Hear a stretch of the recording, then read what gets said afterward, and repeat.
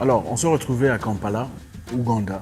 Je suis dans mon parcours de conquérir l'Afrique, c'est-à-dire vivre tous les pays d'Afrique, parce que voilà, je pense que je suis assez béni pour le faire. C'est une opportunité majestueuse de pouvoir conquérir l'Afrique.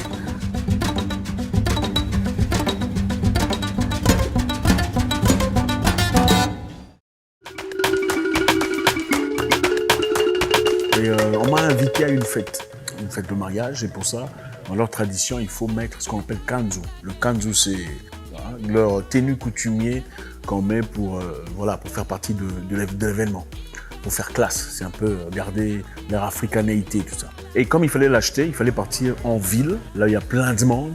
Kanzu, ça a le même sens en Swahili, je crois, en Kinyarwanda aussi, en plusieurs langues africaines. Je me suis dit, avant d'y aller, je vais faire un petit stop chez le coiffeur pour me faire beau, vous savez, me faire frais. On a fait un petit stop chez le coiffeur. C'est un homme très intéressant, très gentil, un Érythréen, des super entrepreneurs, très impressionnants. Kampala City Center, c'est la ville. Tellement de monde, tellement d'entrepreneurs. Il y avait tellement de monde, ils n'étaient pas tous ougandais. Ce qui était intéressant, c'était de voir la diversité des personnes. Il y avait des Soudanais, des Érythréens, des Somaliens, des Ougandais, des Congolais. Vous savez, l'Ouganda a été voté le pays avec le plus d'entrepreneurs au monde l'année passée. C'était évident, on pouvait directement voir pourquoi il a été sélectionné pour ça. Et généralement, en Afrique, vous trouverez beaucoup d'endroits, beaucoup de vendeurs qui n'ont pas nécessairement des vestiaires où aller changer pour aller essayer son habit. Donc, il fallait le faire là, aux yeux de tout le monde. Il fallait presque se déshabiller. Je l'ai fait là, devant tout le monde. À 3 reprises, on ne pouvait pas trouver ce qu'il me fallait parce que voilà, j'ai des gros bras. Mais éventuellement, on a trouvé ce qu'on cherchait. Et c'était exactement ce que je voulais. J'étais très ambitieux, j'étais très impatient de montrer au monde ce que je paraîtrais. La fête qui ne m'appartient même pas.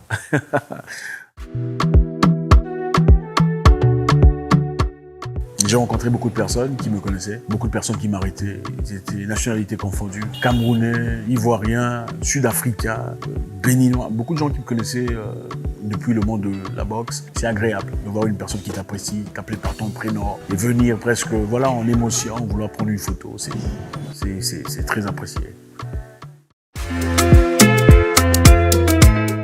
Le lendemain matin, il fallait s'apprêter pour partir. Le rendez-vous était très tôt. Mais évidemment, vous savez, en Afrique, on est souvent en retard. Ah oui, il faut le dire, il faut l'avouer. Let's go. Je sais que vous n'aimez pas ça, mais c'est la vérité. Mais voilà, on se bat, on essaie de faire mieux. Et l'équipe était là, tout le monde était prêt. Et moi, je me débattais pour que l'on parte. Okay. I'm ready. Let's go. Alors aujourd'hui, c'est le jour de la présentation. Chez les Africains, il y a la présentation, la dot et le mariage. Nous étions prêts, on a quitté la maison. Il fallait aller à 45 minutes de Kampala en voiture, à un endroit appelé Gaïa. Arrivé là-bas, on sont partis rencontrer le jeune marié ou le futur marié, l'homme, pour discuter, s'organiser. Il fallait se mettre ensemble dans sa famille, se préparer et ensuite partir à la famille de la fille.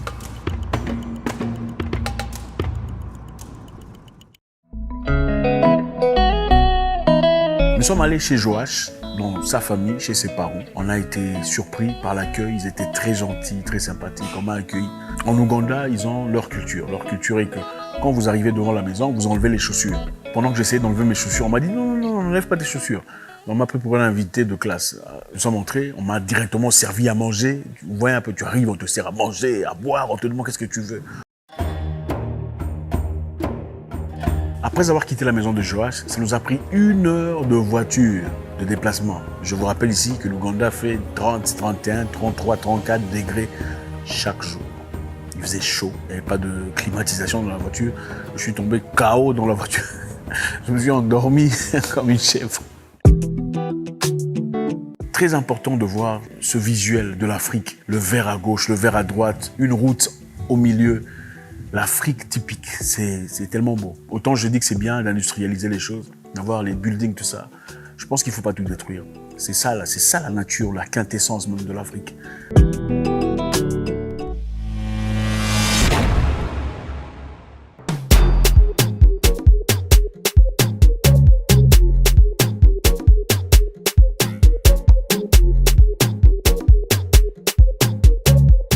été accueillis comme des royautés. C'était incroyable. Mon juif uni. Accueillis de manière particulière. Il y avait tellement de monde. Vous savez, en Afrique, le mariage a tellement d'importance. Contrairement à l'Europe et ailleurs, l'Afrique, le mariage est très important. Et surtout pour une femme qui, après 8 ans de collaboration, de relation, après avoir fait 2 enfants, une femme qui se marie, c'est l'accomplissement de tellement de choses. Joach et sa dulcinée sont ensemble depuis 8 ans. Ils ont 2 enfants ensemble. Et ça faisait du bien de voir un jeune homme qui se bat, après tant d'années, après avoir fait des enfants avec une fille, de finalement se décider de l'épouser. Ah, c'est rare, hein? C'est très honorable, c'est très ambitieux et j'ai beaucoup respecté ce fait-là. Mais imaginez la joie à travers laquelle il était, pas seulement lui et sa famille, et leurs enfants. En fait, beaucoup de personnes s'attendent à ce que si un homme t'engrosse, en tout cas qu'il parte, qu'il disparaisse. Et pour moi, et autant pour tout le monde, on pouvait voir dans leur regard cette satisfaction finale. On nous a très bien accueillis, on nous a nourris. Vous savez, l'Afrique, la nourriture, c'est comme ça qu'on démontre son amour, son appréciation. On nous a tellement pris en charge, c'était merveilleux. C'était l'excitation dans l'air, le bonheur, la joie qu'on pouvait voir dans le regard de tout le monde. Et aussi, ce qui est très intéressant, c'est qu'en Afrique, l'homme ne va pas voir la famille de la femme seule. Vous emmenez des représentants. Tu ne vas pas t'exprimer seul disant « je veux votre fille ». Non, c'est pas comme ça que ça fonctionne. Il faut une personne qui te représente, une personne plus âgée ou plus évoluée dans ce sens-là, qui pourrait faire d'intermédiaire auprès de la famille ou de la fille. Et dans ce cas, en Ouganda, apparemment, il n'y a pas seulement l'intermédiaire des hommes, il y a aussi l'intermédiaire pour la femme. Donc il y a un monsieur qui parle au nom de la famille de l'homme et celui qui parle au nom de la famille de la femme. On ne comprenait pas, moi je ne comprenais pas ce qu'on disait, mais tout le monde riait. C'était vraiment du théâtre. Dans le positif, c'était pas seulement un événement de mariage, mais aussi un événement complet, un spectacle complet, une démonstration d'amour, de partenariat, d'africanéité. Incroyable. C'était génial de voir tout le monde danser. La danse qui vient des profondeurs de ses tripes. Vous savez, généralement, en Afrique, quand vous allez dans certains endroits, les gens ne dansent même plus. Les gens viennent à la fête en train de bouder dans leur coin. Alors, tu veux quoi? De l'eau. Tu vas boire quoi? De l'eau. Tu vas manger quoi? Rien. C'est incroyable. C'était bien de voir des gens être eux-mêmes. Vraiment jouir du moment, danser sans regarder qui me regarde, qui parle, qui dira quoi de moi. Ça énerve. Ça énerve de voir cette mentalité de l'autre côté. Je vous épargne aujourd'hui. En tout cas, voilà, je vous épargne aujourd'hui.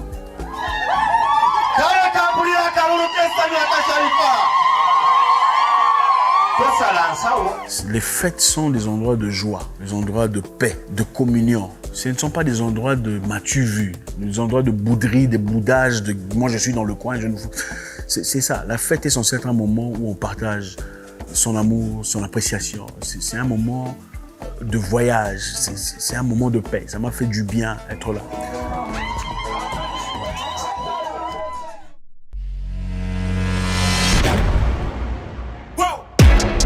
I would make it this far, they hated, they never believe me. Yeah, I would never drop the ball, I know I make it look easy. Yeah, Mayweather with the defense. Moi, avec mon kanzula que j'ai mis, vous savez, c'est pratiquement une robe, vous voyez. Comme je ne suis pas habitué, c'était assez grand pour ma taille. Bon, je commençais à m'inquiéter, là, je me disais, ce truc ici, si je tombe devant les gens, un homme qui pèse 109 kilos, c'est scandaleux. Il fallait porter les cadeaux, il y en avait beaucoup. Et ce qui est très intéressant ici, c'est que tout le monde, venant de la famille de l'homme, a apporté quelque chose. Donc on n'a pas boudé, comme souvent les gens boudent, moi je veux pas porter, les petits vont porter. Il n'y a pas cette mentalité-là. Tout le monde prend, tout le monde met la main à la pâte, tout le monde transporte quelque chose en signe de solidarité, d'unisson. C'est ça la mentalité.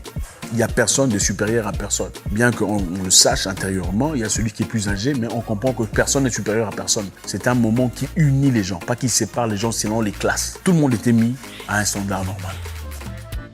Il fallait justement prendre les cadeaux de l'homme et les placer au sol, devant les tentes de la fille. Les tantes qui étaient toutes assises par terre, c'est la culture, c'est la coutume.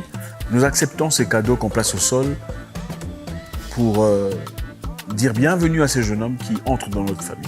C'était tellement beau de voir ça, les gens assis au sol, pas essayant de copier l'Occident. Au nom de quoi? Au nom du progrès, de l'indépendance, de l'épanouissement. Je ne sais pas quel épanouissement vous cherchez. C'est ça l'épanouissement. Aimer sa culture, sa tradition. Jouir dans sa vraie identité. C'est ça l'épanouissement. Regardez ces deux mamans là. Non, regardez ces deux mamans. Regardez la joie, la sérénité, l'amour. En fait, c'est elles qui ont ambiancé même la fête, agrémenté. En fait, on s'est senti, on a l'impression qu'elles se connaissent depuis la nuit de temps. Quelle ambiance! Donc, personne ne boude personne. Personne ne vit dans un coin là en train de regarder, je suis venu dans une Mercedes. En ce moment-là, on s'en fout de ça. Ce qui est important, c'est Josh et sa dulcinée. Superbe expérience que j'emmènerai avec moi partout dans ma vie.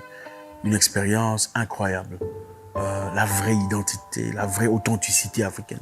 Vous savez, la coutume peut varier de temps à autre. La coutume n'est pas parfaite. Il y a des choses qui ne sont certainement pas bien. Mais croire éradiquer complètement sa coutume, c'est avoir aucune identité. Vous ne pouvez pas jeter qui vous êtes pour essayer de devenir comme un blanc.